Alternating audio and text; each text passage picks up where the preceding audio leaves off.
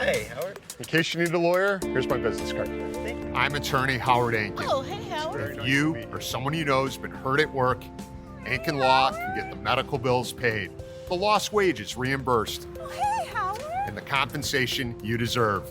Hey, Howard. We're one of the largest filers throughout the state of Illinois of workers' compensation claims. We're here to help. Call 312-6-million. Injury law made personal, that's Ankin Law.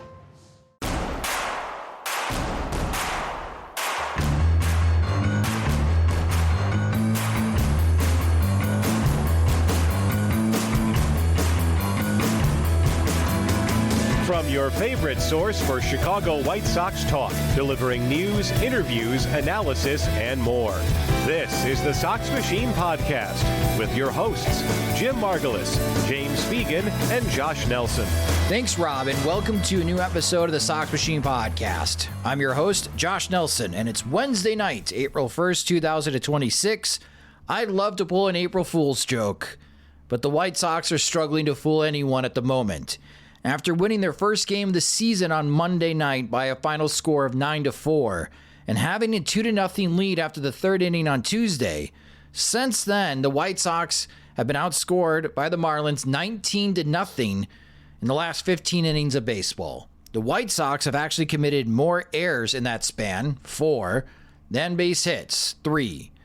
Maybe it's a blessing from Mother Nature that the home opener has been pushed back from the originally scheduled 3:10 start on Thursday to now 1:10 on Friday, because this team could use a day off to get mentally prepared for the Toronto Blue Jays. So let's talk about what happened in Miami and look ahead to the home series against the Blue Jays. Joining me is Sox Machine's beat reporter James Fegan. And James, to get started with the recap against the Marlins. Oftentimes when games go sideways, I tend to turn on the radio and listen to Len Kasper and Darrin Jackson, because I think they do a very good job of being fair in their constructive criticism of what the production is happening on the field. And I thought Len put it best on Wednesday afternoon that every team in baseball over a course of 162 games is going to have a 6-game stretch that the White Sox are currently going through. But when you start a season this way, it feels way worse, and it brings on an onslaught of questions that are very difficult to answer, other than say it's early and there's still a lot of baseball to be played. Do you imagine, because of the current roster construction for the White Sox, that they are a bit on the younger side, that there could be any panic within the White Sox clubhouse as they head home after a 1-5 road trip? Panicking's pretty strong to throw out after 2 series. I wouldn't be inclined to say that. Something that they kind of offered themselves to some degree, or even coaches are trying to like downplay as a, not wanting to be excused, with saying that they were kind of keyed up or a little jittery, or like it was like their first opening series and first like time in an atmosphere like that, or one of their few first times, and that they felt their approaches were a little like out of whack and they were pressing. It certainly seemed like they continued to into the Marlins series defensively. But I think, yeah, it's certainly hard. I don't think the media asked them super pointed questions or anything.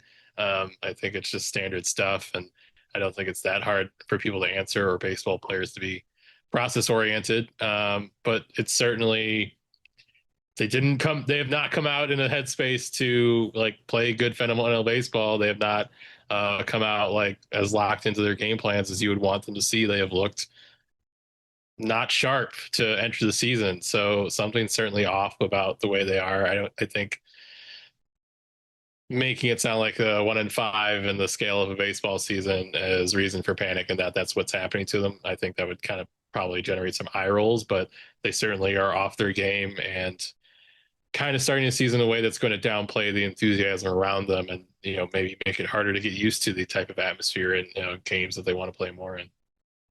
Yeah, again, podcast listeners, last 15 innings, it's 19 runs allowed. They've allowed 22 hits, compared to the offensive production, which has been 0 runs scored and only 3 base hits.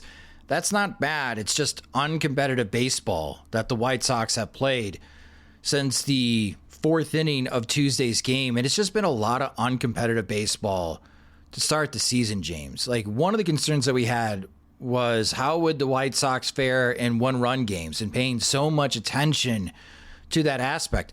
They haven't played a one-run game yet this season, and it's just been a lot of blowouts. So I'm curious to see on what Will Venable has to say in the pregame media session when you're there on Friday. Also hear from Chris Getz as well. I know that I'm not going to say they're built-in excuses, but you have a new hitting coach. You have a new pitching coach.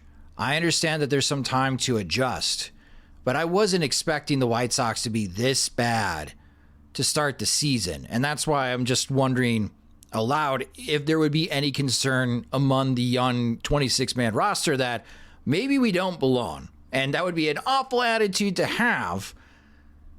I'm curious to see how this upcoming homestand goes for the White Sox. We'll preview it in a moment with Toronto and Baltimore in town. Everyone can have, intrusive thoughts. I just don't think they're having meetings like, agenda item. What if we don't belong here? Right. No, they wouldn't have that. I doubt they would have a team meeting, but who knows? Maybe one is merited. On the run prevention aspect, so when I say run prevention, I'm talking about pitchers and defense. The White Sox have allowed the most runs in Major League Baseball at 52 in 6 games. Second is Tampa Bay at 38. So that is a big gap between the most and the second most. The pitching staff ERA for the White Sox is currently 8.63. James, what are the main issues right now the White Sox are having in preventing runs? I have to pick a first. It's like picking children. Control, I guess, has been, or at least efficiency for the starters. Like, it's hard to put their starters in like one bucket. I thought Petty looked pretty solid and obviously got mained by a horrific defensive inning. And obviously he doesn't have like the biggest margin for error. And that, is why those innings could pile up on him a bit more. But I thought he was executing his plan. He looked better. Just caught up on the one guy who looks normal. Obviously, Shane Smith, looking entirely off, throws off the calculus a lot. I think Burke and Martin both kind of sitting in the lower ends of their velo and having to really kind of navigate not having some of the better stuff we've had. That's certainly concerning to see. I thought Kay, has probably had the best start of anyone, and he, got pulled out short of 5 innings, but I thought he looked the best in terms of he was a little keyed up and walked guys, but other than Smith, I wouldn't say the starting pitching is what's causing disaster every time out. It certainly hasn't been crisp enough. They haven't had anybody come down there and control the game in a way that it takes it out of the hands of the defense or doesn't test their bullpen in a big way. So that's obviously part of it. And startings have the longest innings. So maybe that's the issue. And just Shane Smith has pitched a third of these games, and he's been basically the type of outing that leads to a blowout loss twice. So that's a pretty significant chunk. That said, bring up the defense. There's probably been at least one game-altering defensive misplay in, if not every one of their games, and certainly every one of their losses. And some of a lot of it's kind of played into the jittery narrative of Everson Pereira overthrowing cutoff men, or Luis Saint Angel Acuna trying to throw home all the time and overthrowing cutoff man himself, and also just being inaccurate, not setting his feet, or obviously they've had zero luck seemingly whenever they pulled the infield in. So that being kind of this new strategy under Venable puts a lot of emphasis on it. And bullpen, we're talking about, your top guys, Grant Taylor, Sir Anthony Dingman, have pitched twice. It feels a little crazy, talk about a trend that they're on. I thought, Sean Newcomb has looked pretty okay and probably has a little bit worse numbers than he's looked in terms of effectiveness, but they certainly haven't been good, and that's something you invested money in to be this immediate value add. It wasn't supposed to be something we watched develop over the course of the season. It's supposed to be something that immediately makes them better, and it hasn't been a factor so far. So really, I think defense is the thing that's most kind of captures your attention, because it feels, or at least we think to some degree, some of the mistakes that they should be making are preventable. And if this is going to be a team that's going to be winning on the margins, how can this sort of understanding of what people's assignments are for where they're throwing, or what they need to do on certain plays, or where they're going on certain plays, that should be something that the White Sox excel at getting like locked down, right? That's how they have to like survive to be any good. And so to see them like seemingly taking them out of games with that is probably the most galling thing, even if like just I think we're maybe shaking out to like they don't have an impact starter in the rotation, and certainly don't if Smith is like out of whack. So this kind of getting how do we get this number 4, number 5 starter through 6 innings, 5-6 innings? It heightens the impact of like, oh, our bullpen's shaky out of the gate, or our defense isn't good, but it's also like the sort of like low margins you're going to be for error you're going to be working on when like these is kind of like your crop of starters are all guys like we're okay giving the ball to, we think you can execute a plan, but like they don't have like someone who's going to shut down lineups that they're just better than in certain matchups. Focusing on Shane Smith, he's not looking himself. The fastball command is an issue. I give a cap tip to Gordon Beckham during the broadcast on CHSN because Gordon pointed out pretty quickly and early in that start that Smith was really struggling to find the edges of the strike zone, that either the pitch was a ball or was over the heart of the plate. And that is problematic. If Smith's next start is going to be against Baltimore in the second half of this homestand for the Chicago White Sox, James, if Smith struggles in that start, much like he did in Miami and Milwaukee, is there any chance that the White Sox just pull him out of the rotation momentarily and just work on some things with him, whether it's an IL stint or some type of creative roster management to just give him a break, or maybe just work on some things to discover that command? Or is this just something that he's going to have to pitch through? Certainly they prefer if you pitch through. But I think it would be, because even if you're thinking about like the type of guys that we think are going to take spots in this rotation over the course of the year, I think like the 3 main candidates, Smith, McDougal, Schultz, aren't really guys that you were thinking or maybe even hoping to see in April. It's aggressive, right?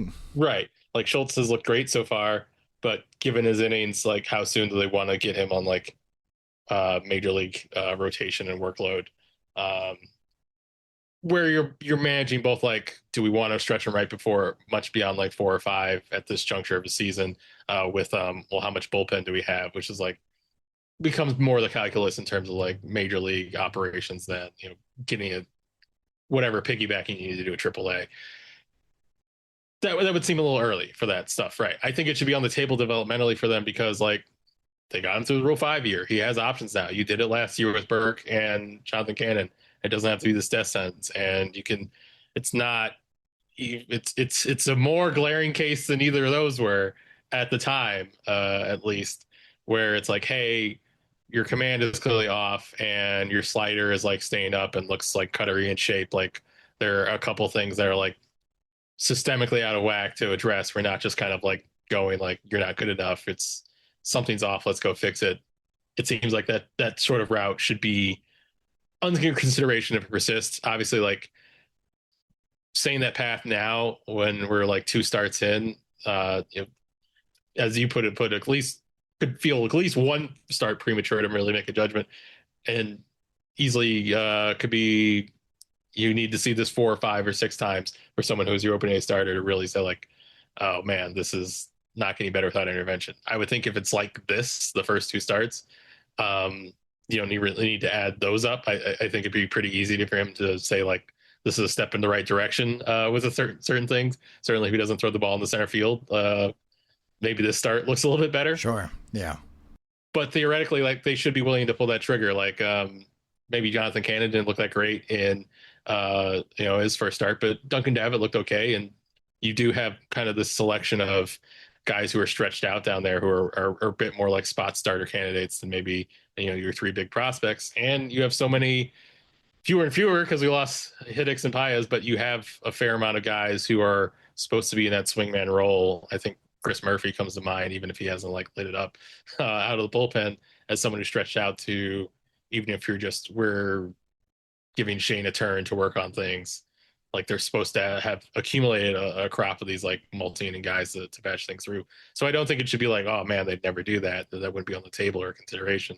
clearly if he just like, if it's auto blowout like a third or a fourth time in a row, it doesn't feel entirely super convenient the way it would be if like he's floundering in mid-May and Schultz has like 6 great AAA starts, and it's just like, what are we waiting for at that point? Then it would be like a little bit more clear cut. I don't think it's a crazy question. I also think like we're in the state of the year where like he has one good start and it's like, all right, well, he's back. I don't know what we're talking about. That's true. That's a good point. With Baez, are you surprised that the White Sox DFA'd him and essentially ended this experiment with the Rule 5 pick? I mean, yes and no in terms of like the broad goal, like how committed were they going to be to wanting to stash this, kind of guy with some starter potential based on command, but not like the stuff to really survive. At the same time, like he didn't look like capable of getting major league hitters out in his 3 appearances, and both because of how disastrous the season has started, that becomes difficult to really slog through with how much they're using the bullpen already, and him just looking like it's going to be really difficult to find him opportunities that just like when you don't care about him getting like knocked around to pitch. I think it certainly got a narrow view to what his playing time would be fast, but even understanding how they got there in some, and obviously they, maybe the Mike Vasil injury kind of opened up that him even making the roster in a way that it might've been harder before. It's, you obviously kind of, I mean, taking 2 guys in the Rule 5 is, after 3 straight 100-loss seasons, that seems fine in terms of taking those shots, but them both being kind of different blends of long shots where it's Alberto, it's like this guy who needs to exhibit like at least just below average command kind of for the first time sustained in his career versus Baez, who you're kind of like, it's a unique opportunity to get someone who really was building up as a starter and has kind of the starter level of control, but it was kind of like a riskier, more ceiling pick than something that logically fit, given that he had not seen his stuff tick up yet and had been hurt, which is why he wasn't on the 40-man in the first place. And thus we hadn't seen like his, velocity mature over like a full healthy season, or maybe just develop in the way that you would want to over the past year. Like the fact what made him available also made it like harder to like get him major league ready over the course of like a spring training. So to see those kind of shots while the major league team is floundering, like zoomed out in the offseason, it's like, hey, they took 2 shots at kind of ceiling and they didn't land a Rule 5 pick. But right now, watching Peyton Pallett look like, to use pun intended, palatable in the back of the getting like low leverage opportunities in the Cleveland bullpen, and you can't get either your Rule 5s through. It's like, well, this feels a little like certainly didn't work out. And Pallett wouldn't even be as inconvenient as a Rule 5 pick. You could option him and it'd just be, you could have called him up instead of Lucas Sims. So at this moment, it just feels like you took these opportunities that did not work out. And while these other, as minuscule as the sample size is to look and see Acuna not looking really ready to, be an everyday center fielder just yet, or at least that there's going to be like these developmental lumps. It kind of underscores like, well, do they really know what they're doing? Or do they, it invites those questions, right? Even if that feels harsh to like zero in a couple of players, like what's going on wrong, or what seems to be like off from what we expected about this team lining up with like player personnel decisions not working out. It's a lot happening all at once that, it doesn't look very good. Today's show is sponsored by Strawberry.me. Let me ask you something. Do you think championship athletes got to the top by guessing?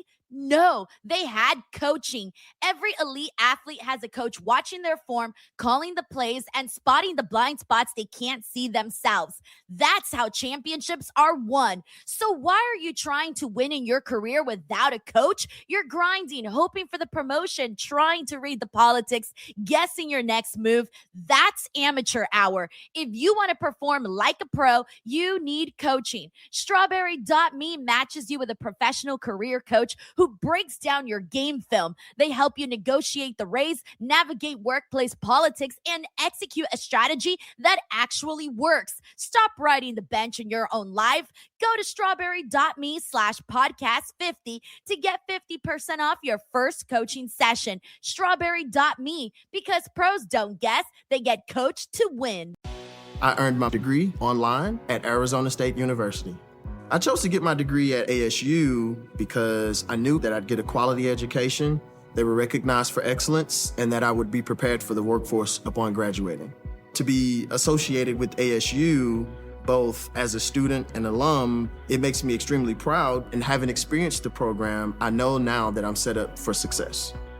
Learn more at asuonline.asu.edu.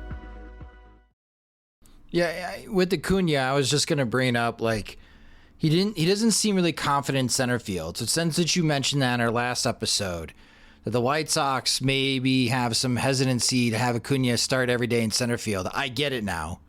After Tuesday's game, in which that misplay that allowed a double, that fourth inning started to unravel for Eric Fedde and the White Sox. Peters didn't hear Acuna call him off, so Peters is still going for it. He just whiffed on the catch. And when you watch the replay, Acuna is in no position or not taking charge to call off Peters or even back him up. So that's like a double problem there. And then the two throws to home, great two-seam action on the throws, but nowhere near home plate. And then I was listening to the radio, but with the infield drawn in and the hard grounder that went through Acuna, Darrin Jackson thought that should have been an error. That should have been a play that Acuna made at shortstop. If Acuna is out of his depth right now in the major leagues, like, he's out of options, right, James? Right. That's another situation that the White Sox have to put him on waivers. Like, I feel like that's too aggressive of a move to do after 6 games. But if this doesn't get better, I don't know what the answer is for a guy that Chris gets hyped up after trading Luis Robert to the New York Mets. The stated opening day project, just from Chris Getz last talking to the media in Milwaukee, is that this is somebody who they're going to give opportunity, they're going to give runway to. So as I'm sure it's not a crowd pleasing line, I think any serious commitment to such a plan, especially knowing that he's going to develop, wouldn't be cowed after 6 bad games. I don't think he's probably played 5 games. So yeah, it doesn't look very good right now. I can't imagine that they're going to bail from it this abruptly. They don't have good backup options in the minors. Brooks Baldwin is hurt. All the more reason that you don't have really this other viable plan A. You've already probably played more Tristan Peters in center field than any of us would have guessed 2 months ago. So I don't see the mechanisms in place for them to easily back away from it. Sam Antonacci can't play literally every position on the diamond.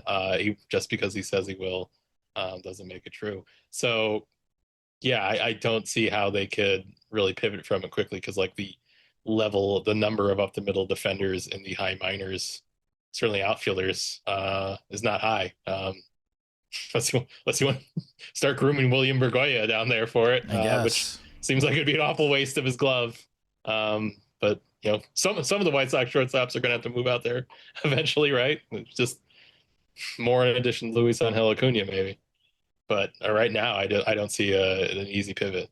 And Edgar Caro, I'm curious in what you learn and hear from Walker McKinven over the season, because Caro is struggling defensively too, and that's a little bit of a surprise to me, but maybe it shouldn't be, because that's something that the White Sox acknowledged and were working with him. And I remember those interviews that you had in spring training where they were impressed by the progress that he made, but he also struggled and had a bad defensive game on Tuesday. And this is his opportunity, James, with Kyle Teal on the injured list, to maybe stake a claim that I do have starting catching ability in the major leagues. He's still young. He's just 22 years old. But that's also been another surprise for me defensively. It's just Caro's struggle. So those are some of the things that I'll be paying attention to this week in the series against Toronto. That's the run prevention issues. Let's talk about the offense.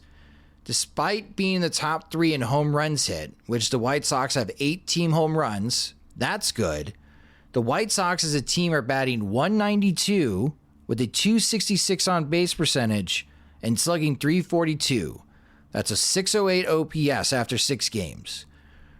I'm more optimistic about the offense, James, because I wonder if coming home and using Trajekt and the other resources and technology at their disposal at home, I'm wondering if this could help get the White Sox hitters to be more consistent, because it's very boom or bust right now in the first 6 games. And I just remember the conversation, the question that you asked Colson Montgomery during Sox Fest, and just singling him out, like getting a chance to use Trajekt before each of these games during the homestand. I wonder if that gets the White Sox players back on track. Is that something that's a little too far-fetched of an idea or belief? I think so. Okay. I think it'll generally help to be back in your routine or whatever. I think that's, whether it's just kind of wishing or hoping or the actual benefit of the schedule at home or taking batting practice the time you want to or what have you, that could all be as tangible as being on the Trajekt again. Like the White Sox had a better splits on the road last year when they had the Trajekt. On league wide, there's a 20 OPS split in favor of teams hitting at home. Is that because all the teams have Trajekt? Probably not. And even if that's not this huge significant figure that we would feel immediately upon impact. If they have a good series and they all talk about how great it is to be back home, that'll be cool. But I imagine from a scientific perspective, how much we can attribute it to Trajekt, probably minimal. Could help anecdotally. We'll see. I wouldn't pin all of the hopes on that. I don't know. Something's got to help. To some degree, you're seeing them hit the ball hard. That's encouraging. And it's not an offense outside of, I'm thinking of 3 guys who all could it is kind of an offense with Colson Montgomery, Murakami, kind of, especially with them hitting at the top. Certainly been a lot of Everson Pereira. These are all guys who could strike out over 30% of the time in a season. That wouldn't be crazy outcomes for them. And it's a little bit with Acuna or Peters, or where it's we haven't really seen them hold up under a full season hitting in the majors. Maybe if they bottom out, it does look like more whiffs. So they've kind of introduced that into their that boom or bust element into their lineup a bit, in a way that they're going to have to. I think Kyle Teal obviously hit for a good average, and it's just been a good hitter, and not having him certainly is something they're feeling right now. But they've introduced a bit more boom, bust, and power to get you added that was your biggest offensive add. The season was a big boomer bust guy, and Murakami's probably been one of the more noteworthy contributors. So that's kind of the shape they've taken on. Yeah, Murakami so far in his career, 6 games, he's 5 for 21 hitting. That's a .238 batting average with 3 homers. He's got 4 RBIs, 4 walks to 9 strikeouts. Austin Hayes, he's got a home run. That was a big home run in the White Sox win, but he's got 9 strikeouts, and he is yet to walk. So that's a bit of a surprise coming from the veteran side. Miguel Vargas has 7 strikeouts to just 2 walks. He's only got 2 extra base hits right now, a home run and a double. It's a lot of strikeouts. Andrew Benintendi, 8 strikeouts to just 1 walk in 5 games. No extra base hits from Andrew Benintendi so far in 15 at-bats. So I'm hoping something clicks for the Chicago White Sox coming back at home. Because again, the last 15 innings, brutal. Absolutely brutal. And like we said in the last podcast, hopefully this is the worst series the White Sox will have of the season. Hopefully this is the worst 6-game stretch the Chicago White Sox will have in 2026, and they're getting it out of the way as they come back home for their home opener. Today's show is sponsored by strawberry.me. Let me ask you something. Do you think championship athletes got to the top by guessing? No, they had coaching. Every elite athlete has a coach watching their form, calling the plays, and spotting the blind spots they can't see themselves. That's how championships are won. So why are you trying to win in your career without a coach? You're grinding, hoping for the promotion, trying to read the politics, guessing your next move. That's amateur hour. If you want to perform like a pro, you need coaching. Strawberry.me matches you with a professional career coach who breaks down your game film. They help you negotiate the raise, navigate workplace politics, and execute a strategy that actually works. Stop riding the bench in your own life. Go to strawberry.me/podcast50 to get 50% off your first coaching session. Strawberry.me, because pros don't guess, they get coached to win. And let's preview that home opening series for the Chicago White Sox as the Toronto Blue Jays arrive. The Blue Jays are currently 4-2 on the season.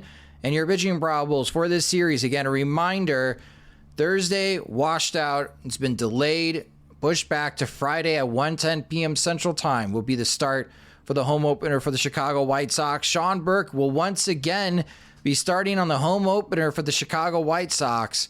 And opposing him will be old friend Dylan Cease. Saturday, also 1:10 p.m. Central Time start, Eric Lauer, the lefty for the Blue Jays, against Anthony Kay. And then on Sunday, this is supposed to be the start for Cody Ponce, but Ponce injured his right knee for the Blue Jays. So right now it's to be determined from Toronto's side.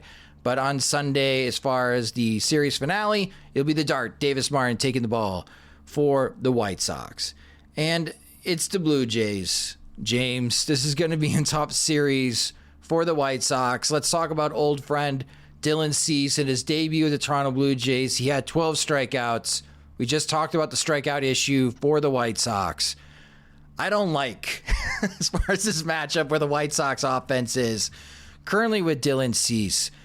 But is there any aspect of Dylan Cease since he has left Chicago that has surprised you? Because it's just been, for me, I'm surprised it's been so consistent. Even though at times when you do watch every single one of his starts, fastball command can go away. He can be very slider heavy, but he's dependable. Takes the ball every fifth day, and he piles up more than 200 strikeouts, which it's 5 consecutive seasons that he's been able to do that. Ever since he's left Chicago, has anything surprised you about Cease? I mean, the durability thing was already surprising here. Just even in modern baseball, making all your starts in season without them ever skipping you or giving you a day is pretty rare. That it's continued to this point. Like, I don't doubt him at this point. He's obviously been able to do it, but just when they first acquired him, it was, the guy who the Cubs drafted like in the 5th round because he had TJ, and it was like he was still rehabbing when they got him. And then when he arrived in the Sox, the thing about him was, well, he throws really hard, so he's very talented. He can really spin a curveball, but his delivery is a mess. We're I think old pitching coordinator Kirk Champion said his delivery is in 2 pieces. So the idea that this is the guy, kind of the Grant Taylor, Peyton Pallette mode of like, let's take a first round talent who just got TJ and value add that way. And the guy who needed a big mechanical overhaul from like an earlier era of White Sox player development, that he's been like the metronome, make 33, 34 starts a year, dude. Yeah, I think that's still the most surprising part. I think, the results kind of being up and down, probably less surprising. It's always seemed like, if anything, it made more sense that like someone who's near the league lead in walks like every year is just going to have a hard time like having super steady production, even with like consistent bat missing and his velo maintaining. It's always been, that's where like the instability of the profiles held up, but he's like super consistent and healthy. It's not what you'd necessarily expect. You just assume like there's like these big swings between when he looks like at his best stuff wise and not. Rather than that, we just see the same guy all the time, but it's just a little erratic. So again, this is a tough series for the White Sox. It'll only be 9 games into the season. But James, I can already imagine if the White Sox lose this series or they get swept again. I mean, on Sunday night when we record the next episode, we could be talking about a 2-7 or 1-8 White Sox team. And I imagine our readers and listeners at Sox Machine would be like, well, the visions of a 70 or more win season are dashed.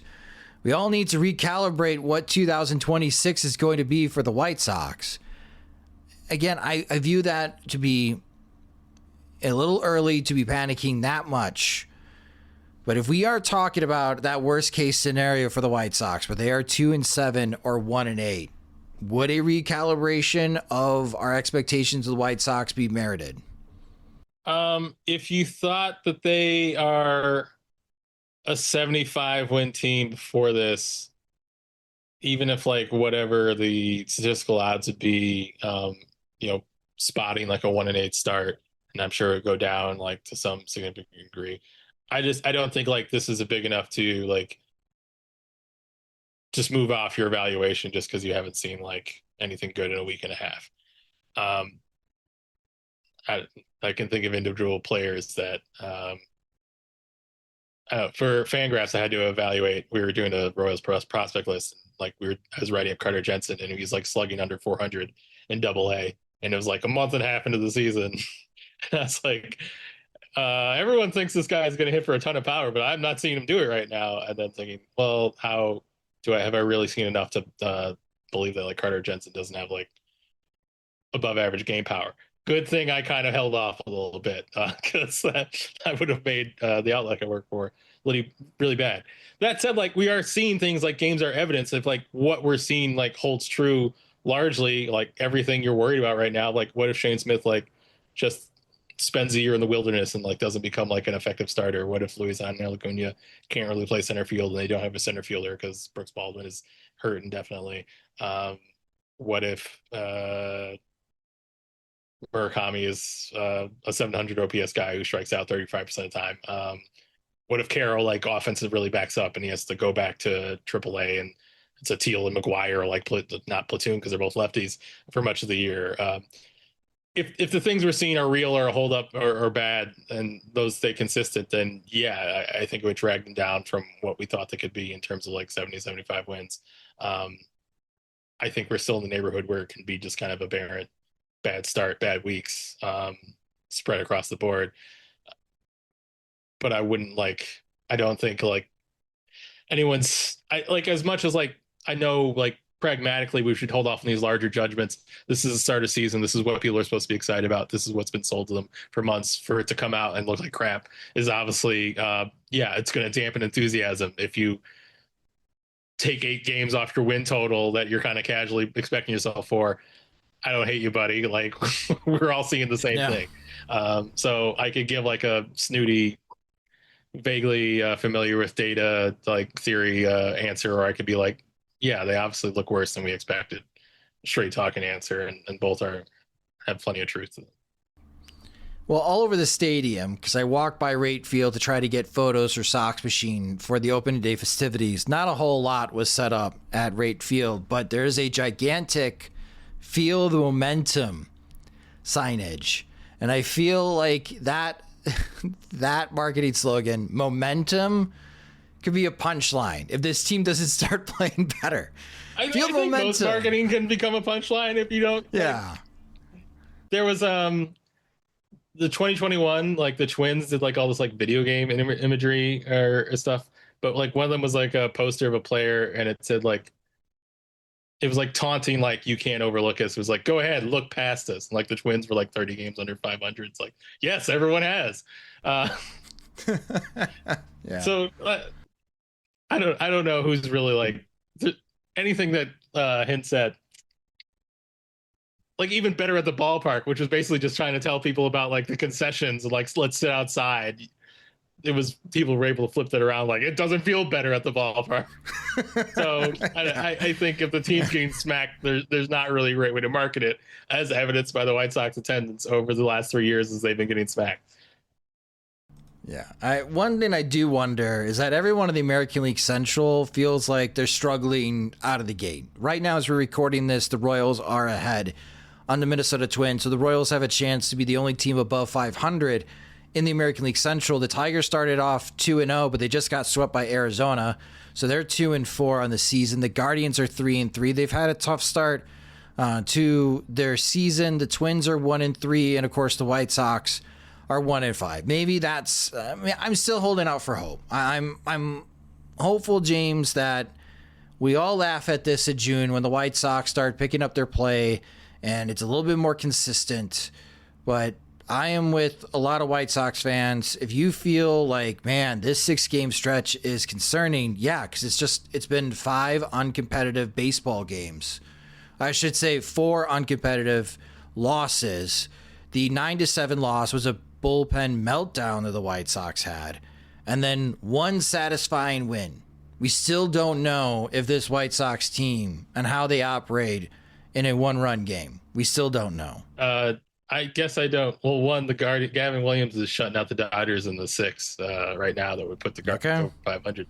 But to be the negative Nelly to counter you, I don't take much heart out of like how the AL Central is doing, because I never expected the White Sox to contend in the AL Central. So it wasn't like, oh, they're still in range for the big comeback that they're priming. Like, I think the season, I've thought, not like, man, they got no chance, but more in terms of like, we're locked in on like them and like whether they're making progress. It's almost like they're in a vacuum a little bit. Like, does this look like this team is getting better or taking a step forward? Because playoffs aren't necessarily like this goal, like they're a failure. If not, like the field staying back toward them while they're stinking, like isn't like big encouragement. It's like very like, we want to see this team get better, which is like why, yeah, they'll probably be better. Like, this is probably some level of statistical variance, but because of the nature of the season where it's like, we want to see progress, we're going to see our young players get better,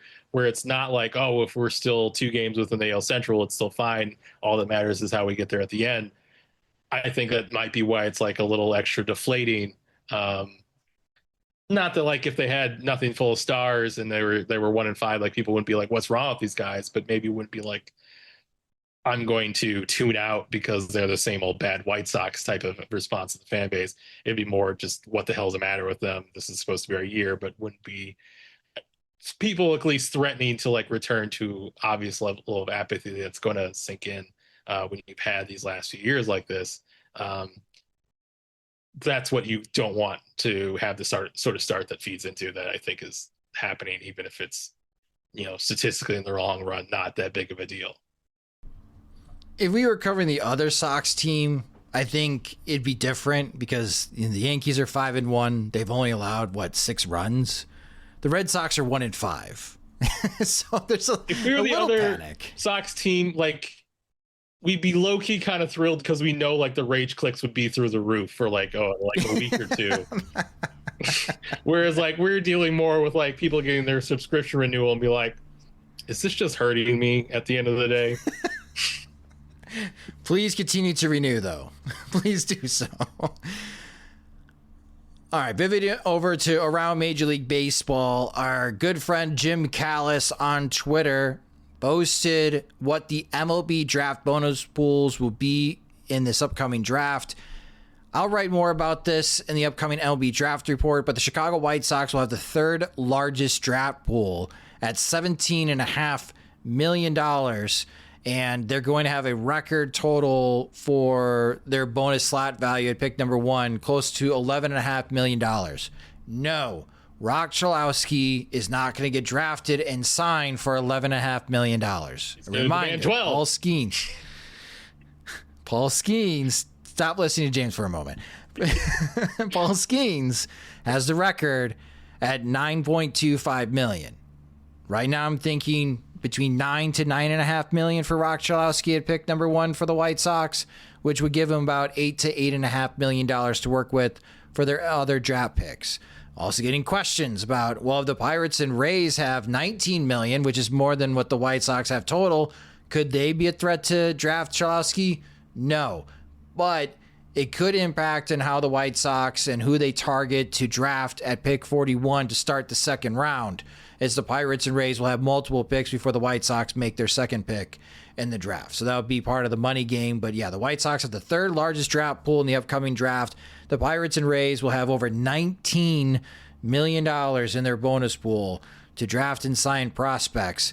The White Sox pick number 1 value is worth more than it looks like a dozen teams will have for the upcoming MLB draft. So a lot of spending power for the Chicago White Sox with the upcoming MLB draft. You're going to see some kid on some kid who's currently on an area code team who lives in your subdivision is going to be driving like the most egregious SUV in a year's time. And then finally, James Vegan, how is your fantasy baseball team doing? I thought we were done talking about Shane Smith. He's on my team too. I previously had like a policy of like not ever having like a White Sox player just because like I didn't want to like misjudge them in either direction. Like I didn't trust myself to like do it rationally. And then just like had some pitching injuries, and it's like Smith's just sitting there on the waiver wire, and he's been money in the bank a couple starts in, and now I've had him for a year. We're in the lead right now. Yeah, that's good. So in the 32-team Sox Machine Fantasy Baseball League, I tied in the first week.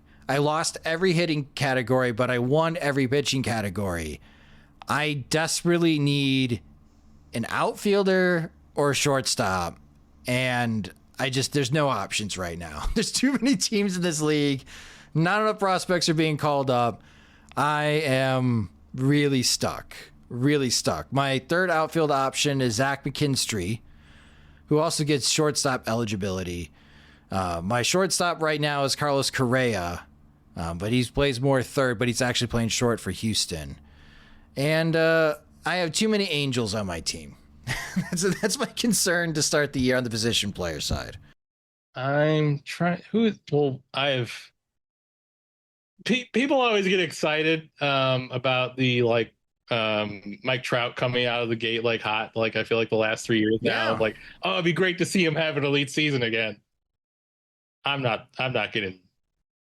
I'm not roping in for the guy. I have to like find a backup for down the stretch of every would-be playoff run. Fool me, 4 times at this point. I'm the only person who's like eyes glazed over, like Mike Trout, like looking good for like another 2 weeks. It's like, yeah, I'm not letting you do this emotionally to me again. Like, you're still starting him though, aren't you? Now, but like it's gonna be like this math problem I have to solve by August. Wait, did you not start him on opening day? No, I like when he's healthy, he plays. I just know that like making other decisions, like I've traded an outfielder for pitching this offseason. It's like, well, I can't trade Mike Trout, even though I know I could probably rely on this guy down the stretch that I'm shipping out, but I can't trade Trout. That would be crazy. I think Trout went in the 5th round of our 32-team league, which is just a shocker, but great steal with the way that he is starting. But yeah, let us know how your guys' fantasy baseball teams are doing, or if you have any recommendations for me in trying to find some type of outfield or shortstop help. I am all ears, because it is not sustainable for me to tie every week, hoping that I win every pitching category and then lose every offensive category because my hitters are just not that good at the moment. I need help on the hitting front. But that will do it for this episode of the Sox Machine Podcast. Thank you guys so much for listening. If you just discovered the podcast, you can subscribe to the show wherever you listen to podcasts, such as Spotify and Apple Music. You can also check out our videos on our YouTube channel at youtube.com/SoxMachine. James will be back at the stadium covering the games for us, so we'll have post-game videos and other interviews as well that you can watch on our YouTube channel. So please continue to do so. And if you aren't subscribed to our YouTube channel, please click on the subscribe button. It helps us greatly to notify you when we have new videos available. You can also follow us on social media. We're on all the social media platforms at Sox Machine. Jim Margulis is watching the Charlotte Knights right now in Nashville. So if you want to see his photos and videos of the AAA prospects for the Chicago White Sox, follow us on all the platforms at Sox Machine. Follow James at JR Fegan. You can follow me at SoxMachine_Josh. If you enjoy our work, you want full access to all of our coverage of the Chicago White Sox, Major League Baseball, and the upcoming Major League Baseball draft, Sign up to become a Sox Machine subscriber at soxmachine.com/products.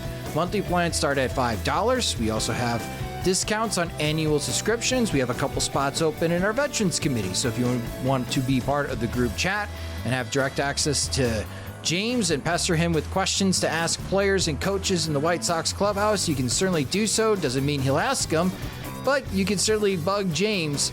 You can sign up again at soxmachine.com/products.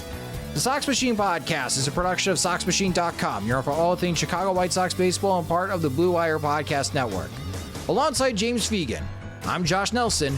Thanks for listening and watching.